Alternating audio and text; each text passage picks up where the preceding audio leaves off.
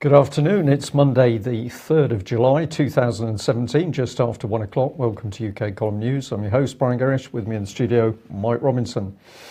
Well, where do we go? As we scanned news reports over the weekend and early this morning, just an amazing mix of things, Mike. Very difficult to find real news, but a lot of spin and hype being pushed out. Absolutely. Let's start off with Grenfell Towers, because the issue of subletting, the government has decided, is the issue of the day. And they have issued guidance to prosecutors, apparently not to bring charges for unlawful subletting at Grenfell Towers so that victims can be identified. Sajid Javid made this announcement, and it's guidance from the Director of Public Prosecutions. This is going to apply to anyone who comes forward with information for the authorities about who was in their flats on the night of the fire. This follows, apparently, that what they claim to be the government's commitment to do all that it can to support those who have been affected by the tragic fire at Grenfell Towers. So Sajid Javid had this to say. He said, supporting those affected by the tragic events at Grenfell Towers has been the absolute priority of the government.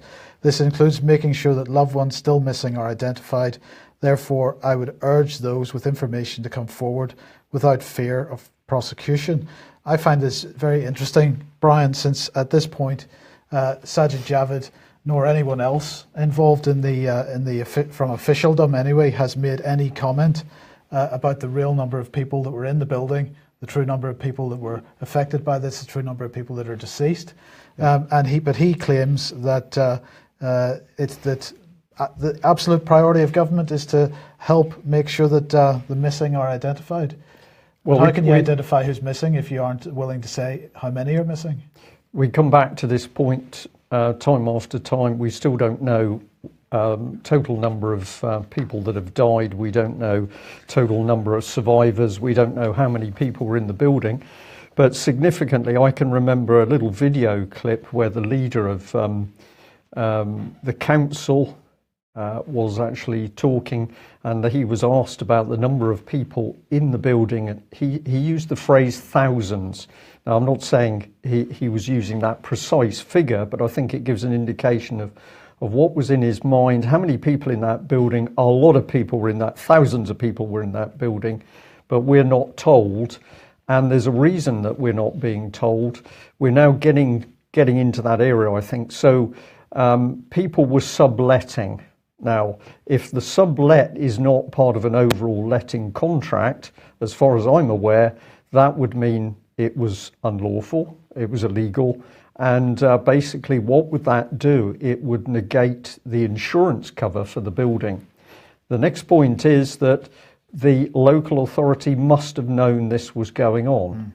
So we've now got some sort of racket was being run in the tower. It was full of people. There's been comment, of course, again about the fact that after midnight, Ramadan had finished, so people were able to start eating again, and the Muslim community would have been inviting friends and family into the building. So we are talking about a lot of people, and a figure of 700 or over 700 people is one of the figures that's been floating around the contacts that we have as UK Column. So what is going on here? A pack of lies over the total number of people, because what it shows is that essentially this building was crammed full of people, and these were not the elite wealthy people of the area, of the Kensington and Chelsea area. These were predominantly immigrants, low income families in subletting and in flats with probably very high occupancy. Azra sent a bit of research to us yesterday, and I thought I'd mention it to you, Brian, because the Borough of the Borough of Kensington and Chelsea has a policy. They call it the decant policy, and this is the policy of splitting up residents, forcibly moving residents and tenants out of social housing and moving them to other areas, but possibly not within the borough, but actually outside the borough as well. They call it the decant policy.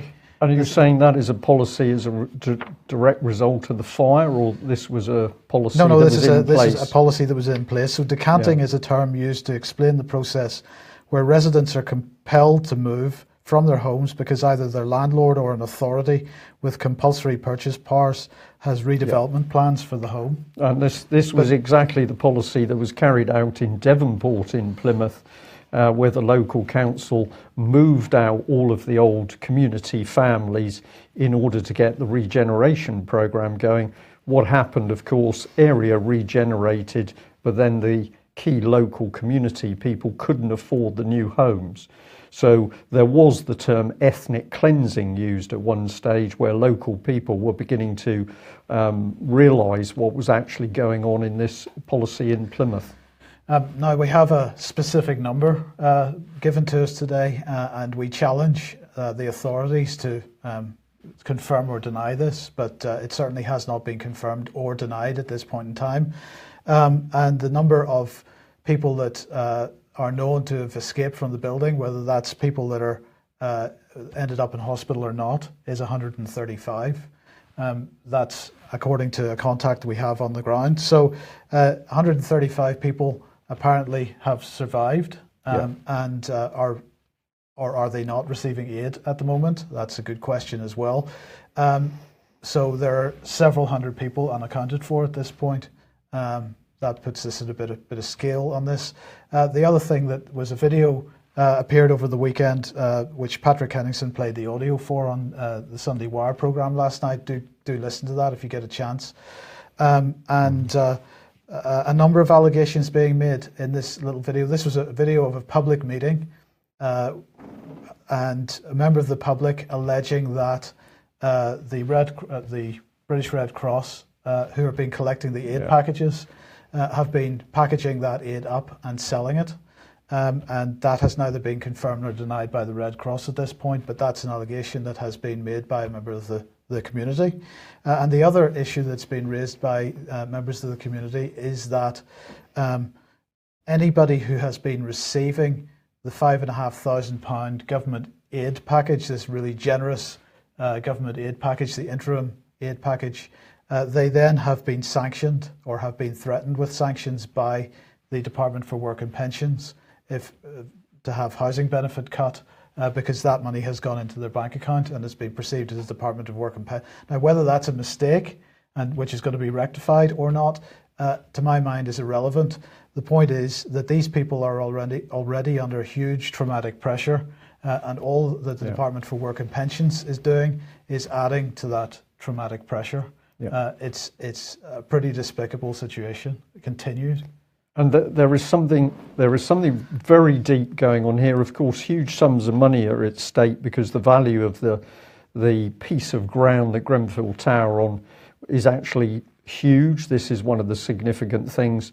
We've got the fact that there was this start of an approach to get the building demolished. There's now talk of asbestos. There's certainly talk about the damage that, or the physical damage that people have suffered as a result of smoke inhalation. Now we're talking about unlawful subletting. We've got those insurance issues coming in. This is a massive scandal. And of course, if it was going on in one tower block, it will be going on in the other London tower blocks. Yeah. Yes, indeed. Okay, let's move on then. Michael Gove, this is Brexit related. Michael Gove has made an announcement this morning over the common fisheries policy. So something pretty fishy going on here. The UK is taking key steps towards a fair new fishing policy post-Brexit, Brian, because what they're going to do is get rid of the London Fisheries Convention. Now, this was a treaty signed in 1964 before the UK joined the European Union, and it allows fishing vessels from 5 European countries to fish in the sort of corridor around the coast between 6 miles out and 12 nautical miles out. This apparently sits alongside, this is how the government describes it, it sits alongside the Common Fisheries Policy, but in fact it was there before the Common Fisheries Policy was even thought of, Brian. So this announcement is being presented as being something related to Brexit, but in fact it's a treaty that was in place before we ever entered the European Union. Now, to put this in a bit of perspective, the size of the European income as a result, the UK's income as a result of fishery sector is 1.3 billion pounds, Brian, and the amount of this particular treaty, the contribution towards that is only 17 million pounds. So this is not a very significant treaty in terms of the amount of fish that are caught in this particular sort of 6 mile corridor around the coast. So what do you think's going on here? Because it seems, is this just diversionary? I think so, Mike. I think this is pure smokescreen. Of course, the common fisheries policy has always been a huge issue under the surface, because the EU common fisheries policy resulted in the destruction of the British fishing industry. So whether you go to Scotland or on the east coast or down into Cornwall, it's not just the British fishing boats that were destroyed, literally cut up with chainsaws and burnt on the beach as a result of EU policy.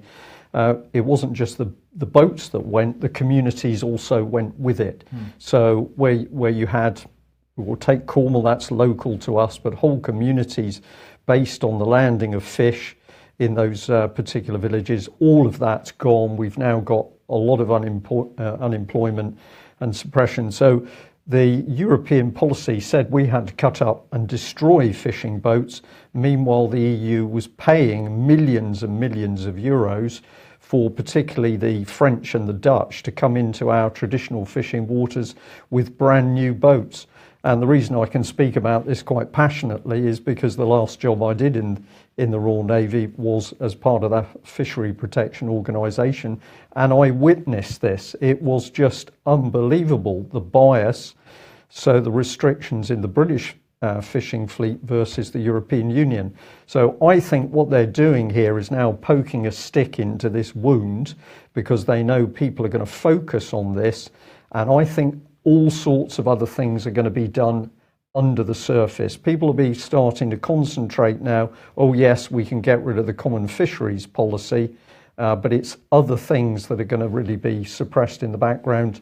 European military unification is my number one for that, but the fishing policy smokescreen.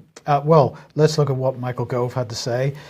He said, leaving the London Fisheries Convention is an important moment as we take back control of our fishing policy.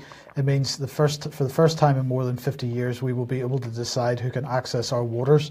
Now, of course, the common fisheries policy begins at the 12-mile limit. So this particular announcement has no bearing on it whatsoever. And the other point to make is that this is now the beginning of a new negotiation process.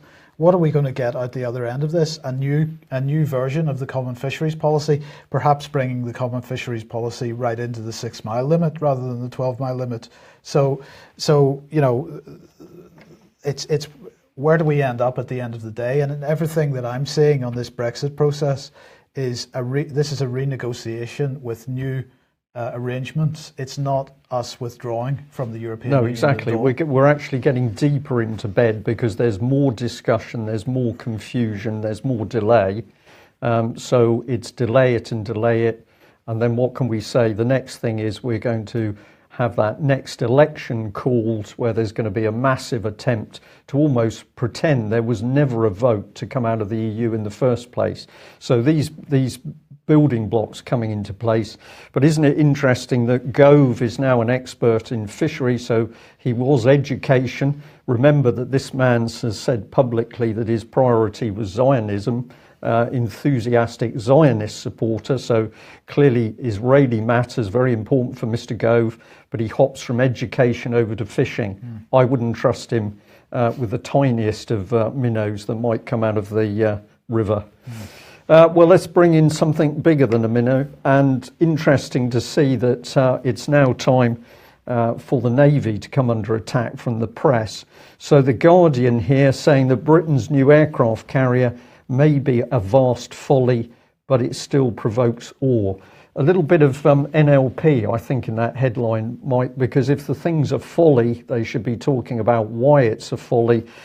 considering the billions that have been spent on these two ships. But no, it provokes awe. We can ignore the fact it's a folly because it's big and it's impressive. Well, the Mail went in a lot harder. This is a quote from Peter Hitchens, and he said, "An aircraft carrier which has no planes is a metaphor for uselessness, like a pub with no beer or a car with no wheels." And I think in the article it was suggesting that he'd actually been on board and said it's like going on a vast empty supermarket because it's got no product there. So those F-35Bs have not appeared. Plus, we don't have the other ships to form the proper defence around these carriers. And this is why the Russians a couple of days ago were saying, well, it's a big ship, it's a pretty big target, because we don't have the other assets to go with it. So my question is, how have we got in this pitiable state? Have we suddenly got total incompetence in the procurement system for our military equipment? Or is this the result, as Dave Ellis would say, of a deliberate government policy to cripple the Royal Navy and the rest of Britain's military in order to help that integration with the French and the EU military unification programme? Somebody in the chat box there, Brian, asking which of the two towers is for the French? Well, in a UK column cartoon that we put out back in 2008, we put the French in the second of those two towers. At the back? At the back, naturally, but they were following the front quite closely. Why it has two towers, I've no idea. I can't think of a good reason. English-speaking zone and a French-speaking zone, possibly the ship's divided up into language. So if the Royal Navy's under attack, we're very interested to see that the rest of the armed forces coming under attack here. And this is just fascinating article from the Mail, back on the subject of big payouts to people who were accusing British troops of abusing them during the Iraq war. And this headline here, Iraqis who suffered abuse from American troops were told to blame British troops because UK forces were seen as an easy target for financial compensation. But if we go through some of the text, it becomes even more interesting here. We got the easy target bit, but this is the bit that caught my mind. We're back on this law firm Lee Day. Now remember, this was the law firm where one of their solicitors was simply making up cases.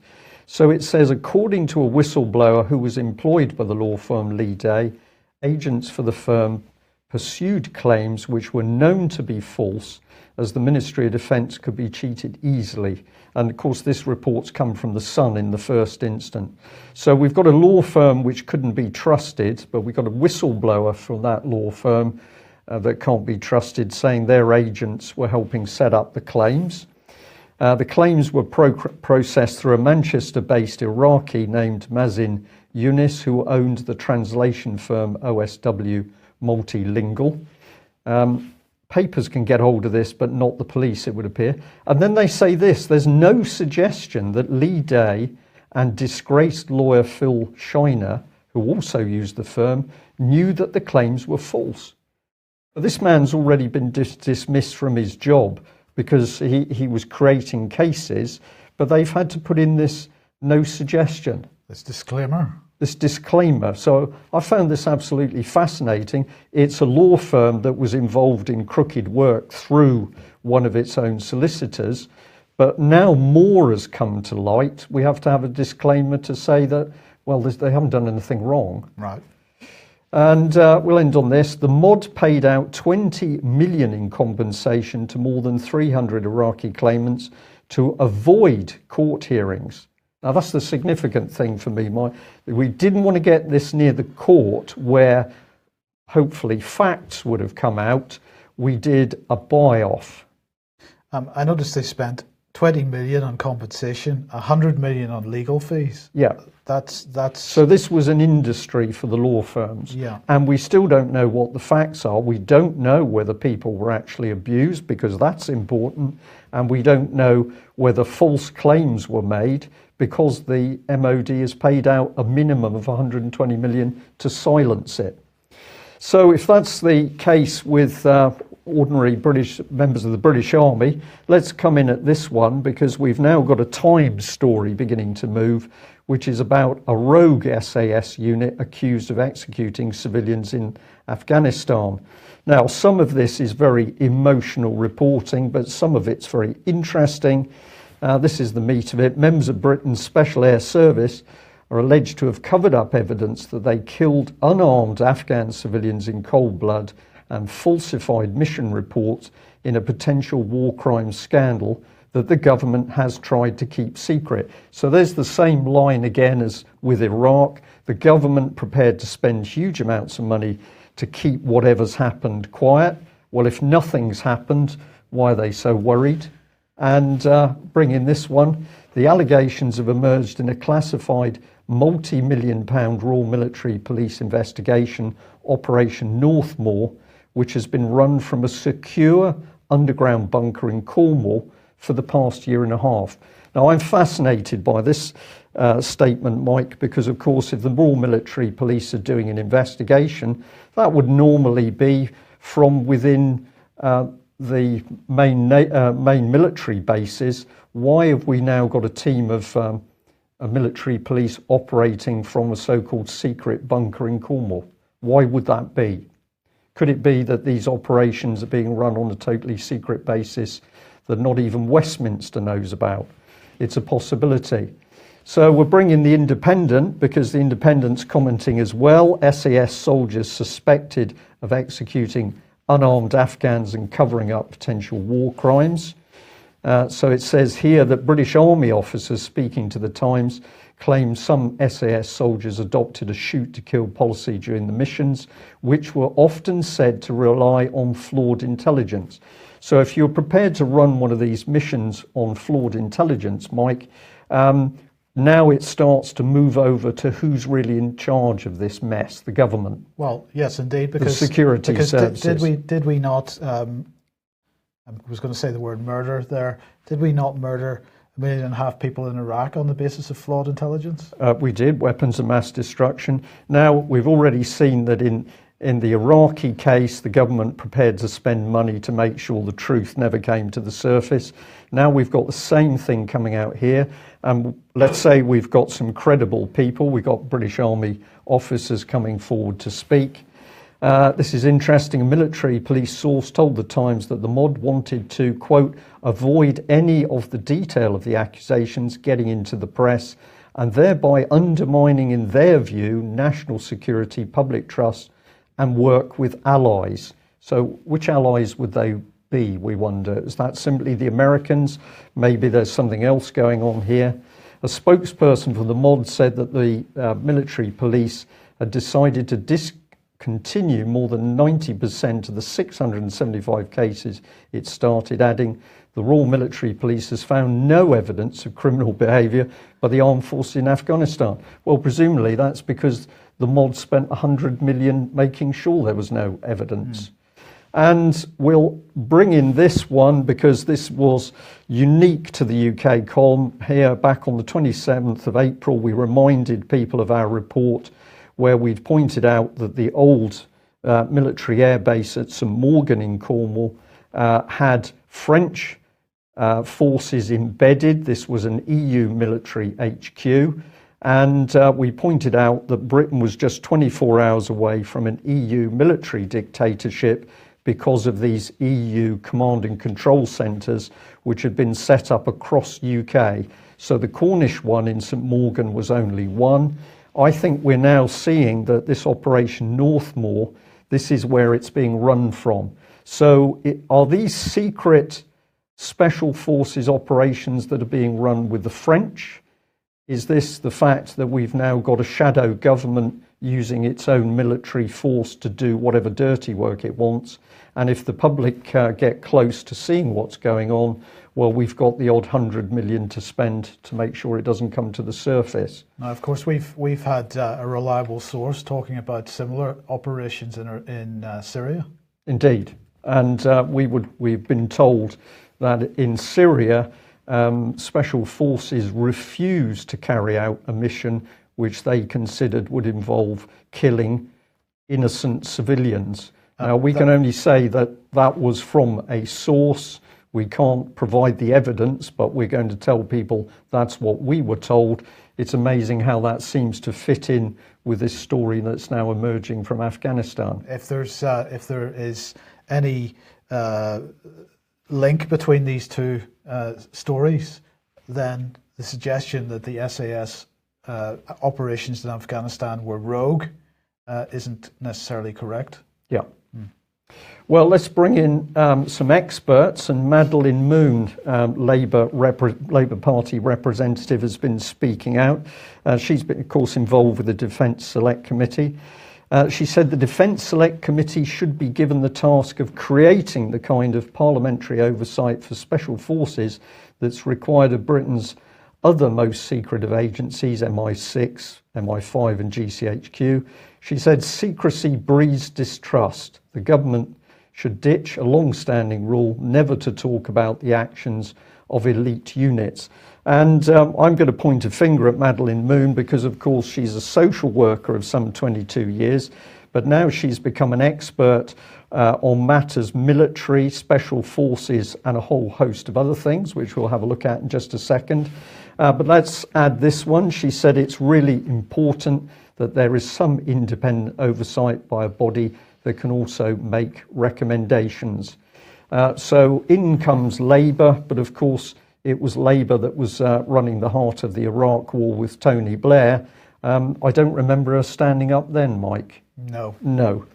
Well, we'll just remind our viewers and listeners that we took on Madeleine Moon because when we started to dig into the deaths of young people, the suicide deaths in South Wales, Madeleine Moon did not want to communicate with us or look at any of the material we'd assembled or understand the parents were asking UK Column to do more. She simply didn't want to talk to us, which I would regard as a cover-up.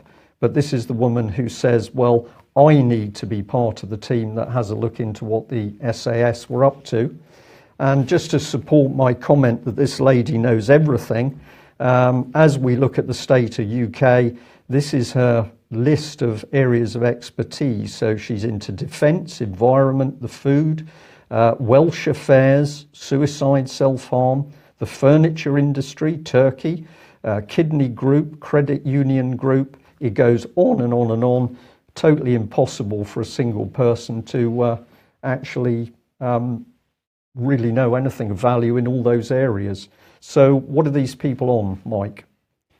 Don't know. Was Madeleine Moon not part of the attempt to create a protest over the talk that you gave? Indeed she was. The only talk that I've ever given where there was a protest, so I was speaking about possible causes for the suicide clusters that were appearing in South Wales, and there was a protest which indeed frightened off from some of the mums and dads who'd wanted to attend that talk, and the Labour Party and Madeleine Moon's name came up with that. So very interesting lady. And I'll just bring this one in, which I thought was significant. This is the Telegraph over the weekend, and here's the headline: the EU is taking over Europe's taxation and forming an army. Thank God Britain is leaving. Well, the first sentence is correct because, of course, that's exactly what the European Union is doing. The second thing is the lie, because as time goes on, it's ever more clear that there is no intention for us to leave the European Union. Well, I would argue we're driving the policy, but anyway, that's another conversation. Ukraine has suddenly become important again this week, Brian, because here is NATO, the NATO Parliamentary Association, holding a conference between the 3rd and the 5th, that's today and Wednesday, and they say that this is in the lead up to the 20th anniversary of NATO-Ukraine Charter. Legislators are going to discuss security and stability in Ukraine and the Black Sea. So this is the 95th Rose Roth meeting of legislators from NATO member and partner countries. They're meeting in Kiev, and it's a 3-day meeting. It's going to cover a full spectrum of internal and external challenges that Ukraine faces. And beyond Ukraine, they're also going to pay special attention to the overall Black Sea security challenges. prospects for closer economic cooperation in the region, and the current political situation in the Republic of Moldova. Poroshenko, President of Ukraine, is going to be speaking at it, and a bunch of other important people. Well, this is all a bit coincidental, Brian, because on Wednesday, Chatham House is holding a conference on Ukraine. It's called Ukraine's Transformation, Assessments and Solutions. And they're saying that since 2014, Ukraine has been facing challenges unprecedented in recent history as it tries to transform its ineffective state while constantly under the pressure of Russian military aggression. Success in interlocking economic potential depends upon securing borders, eliminating corruption, and establishing a rule of law. So Chatham House feels that it's best placed to get a bunch of people together to discuss how to transform Ukraine, Brian. And the coincidences just get even better, because this is on Wednesday, this event. And on Thursday, the Foreign Office holds an event all about transforming Ukraine. This is the Ukraine Reform Conference. It's UK Foreign Office jointly with Ukraine hosting a major international conference in London on the reform of Ukraine. A wave of reforms since 2014, they say, have been the most far-reaching and deepest since its independence. However, there's still a long way to go, and the Ukrainian government commitment and continued international support will be crucial. This conference brings together Ukraine and its international partners to strengthen support for reform. Ukraine has great potential, but only through transforming itself into a stable, transparent, prosperous democracy can Ukraine meet its citizens' aspirations and realise its full economic potential. Is that a strong and stable democracy, Brian, I wonder? So I'm not sure what's going on here. I'll just, to finish this off, mention that Poroshenko will be in London on Thursday to attend that meeting. So, but this seems like a massive interest among three major organisations: the Foreign Office, Chatham House, and NATO, to get right into Ukraine again, transform that country. Transform it into what, I wonder? Well, the opposite of what they say, Mike. So we're apparently going to make it into the British model of democracy. We're going to tackle corruption, I think it said on that promotional video. And what else were we going to do? Ukraine was going to move on to a new path. This is all transformational newspeak. So I think what's being put in place is absolute control by the corrupt British government, and we better say the City of London for that. Why would they be doing it? I think they're desperate, absolutely desperate, to secure the eastern flank of the EU. Russia has outflanked them in Syria, and they haven't been successful in destabilising those Eastern Bloc countries. So what they've got to do is make sure that they've got Ukraine totally under control at every level: banking system, business, economy, socially, so that they've effectively got a Trojan horse right up against Russia. That's what I think is happening here. And it's been very interesting to see that in our chat box, a number of people are saying more or less the same, that this is the transformational model to take Ukraine, well, into mini European Union territory, I suppose. Yep. Well, this is the subject which people have also picked up in the chat box. Common purpose will be coming up, but this was from Holland, and somebody had seen that there was a conference to take place at the University of Utrecht. And what is this about? Well, it is about reframing and nudging. And so in Britain, we've got a corrupt government across the LibLab Con, has brought in the Behavioural Insights team. So successful has that policy been that it was being sold overseas to the Americans and the Australians. And now we see the same people coming in Holland to talk about the success of this policy. So here's one of the lead men, David Halpin, and he says that since 2010, the UK government has conducted hundreds of behaviourally inspired trials to help, I have to laugh at this point, to help the unemployed back to work faster, help small firms to grow faster, reduce energy consumption, encourage giving encourage prompt payment of taxes and improve educational attendance. These people they're just wonderful, Mike. Well, what he is saying there quite openly is that he and his group have been using the British public as lab rats. Behaviourally inspired trials. Who signed up to their trials? Well, nobody. And we know that when the first trials took place inside DEFRA with a budget of 34 million, that most of the people inside that organisation as civil servants had no idea they were going to be used as guinea pigs at all. So if I can just add to that slide, if we can pop that one back up on screen. We'll bring in this man here. I found the title of this very interesting. Who is afraid of nudges? This is the smear. If anybody has got any concerns about what we're doing, well, you're just a little bit of a naive member of the public, a little bit afraid of what we're suggesting. And he's boasting that 10 years have passed since the publication of Thaler and Sunstein's article, Libertarian Paternalism. So this is all social politicking. So he talks about the book Nudge, and then it says, we'll take stock of some of the recurring themes in this literature. What sets nudges apart amongst other behavioural public policies? So another man who's convinced in the right of his own work. The public, of course, never asked, never told about what they're doing. Could their work be partly responsible for the increased suicide rate in many of the groups across the country? We've got this man. What a statement. The honest truth about dishonesty. In this talk, Dan will discuss how the principles of behavioural economics can help us understand some of our irrational tendencies.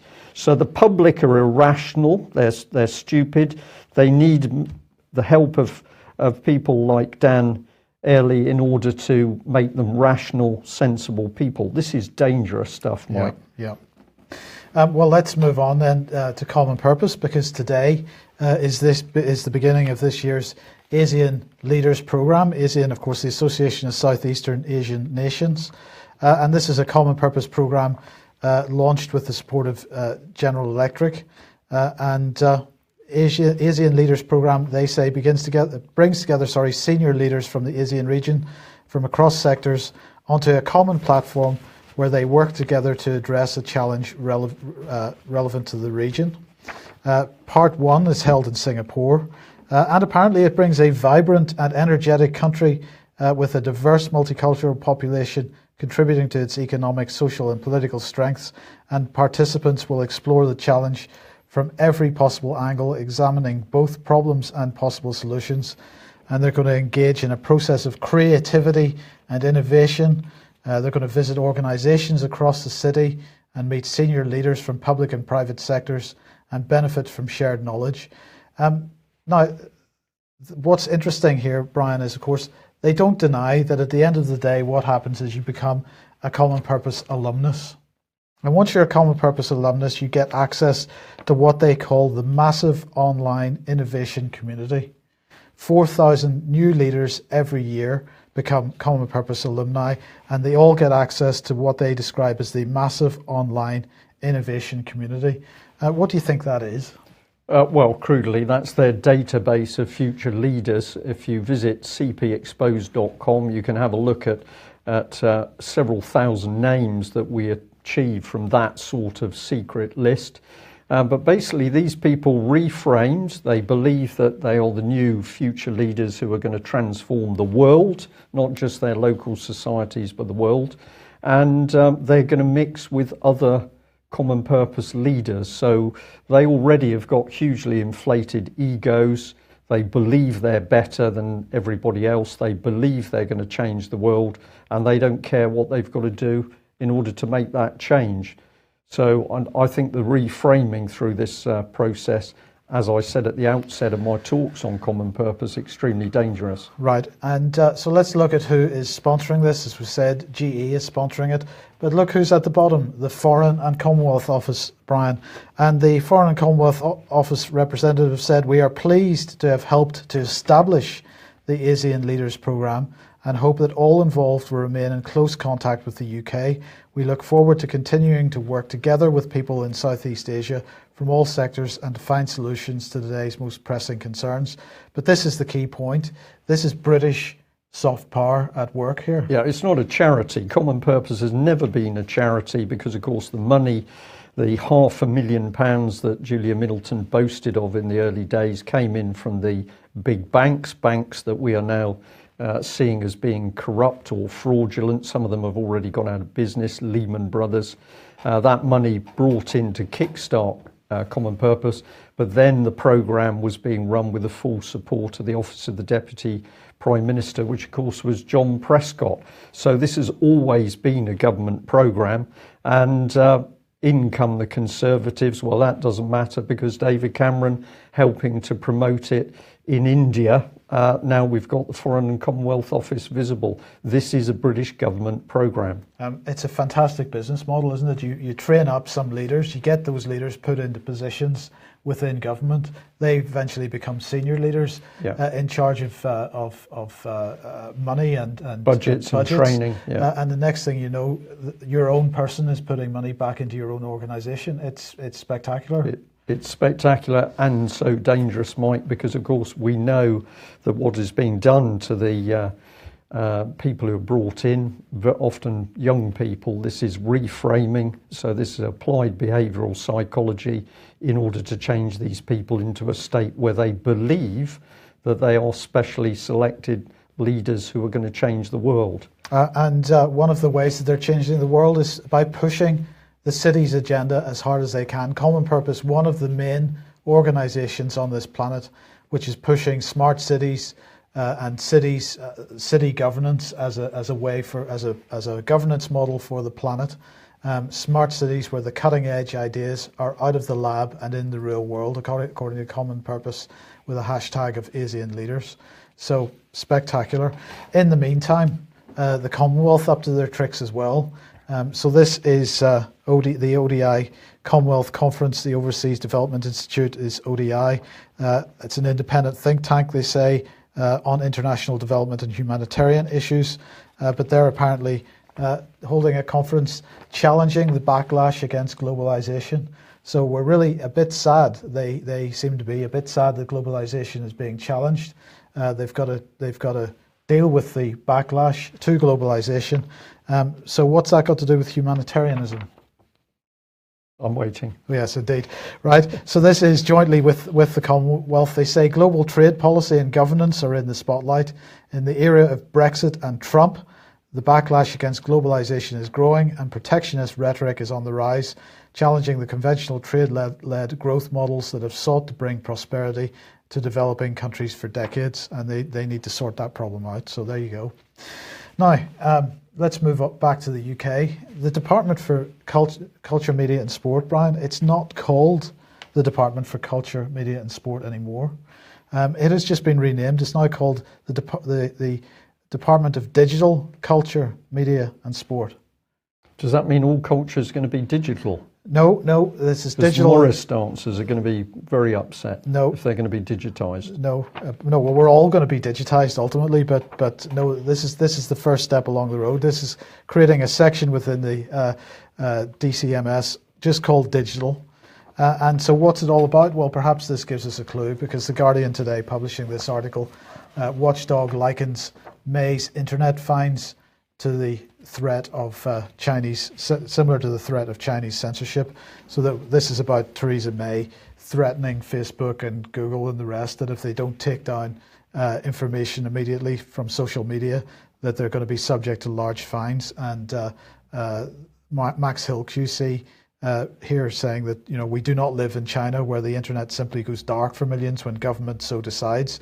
Our democratic society cannot be treated that way. Well, it is being treated that way, and I suggest that the rebranding of the Department for Culture, Media and Sport to include the word digital, it tells us where this programme is going to be run from. Because they're so worried at the power of social media, particularly where people are getting out very simple things, facts, information, truth across social media is a huge threat to this machine spin and propaganda which is being built. So we can look on the good side of that and say, as they rename a whole department, could it be that they've had to do that because of the power of what we're all doing? And I think that's true. Yep.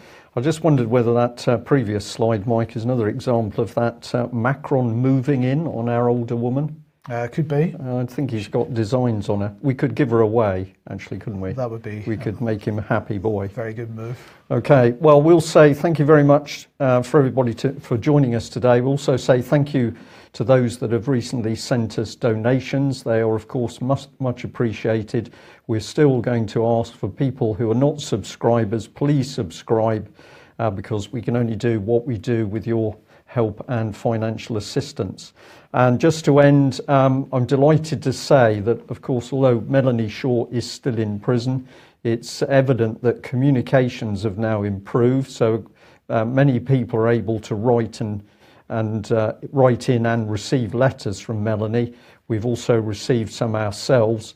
So her basic situation hasn't improved. She's still spending a lot of time in solitary confinement.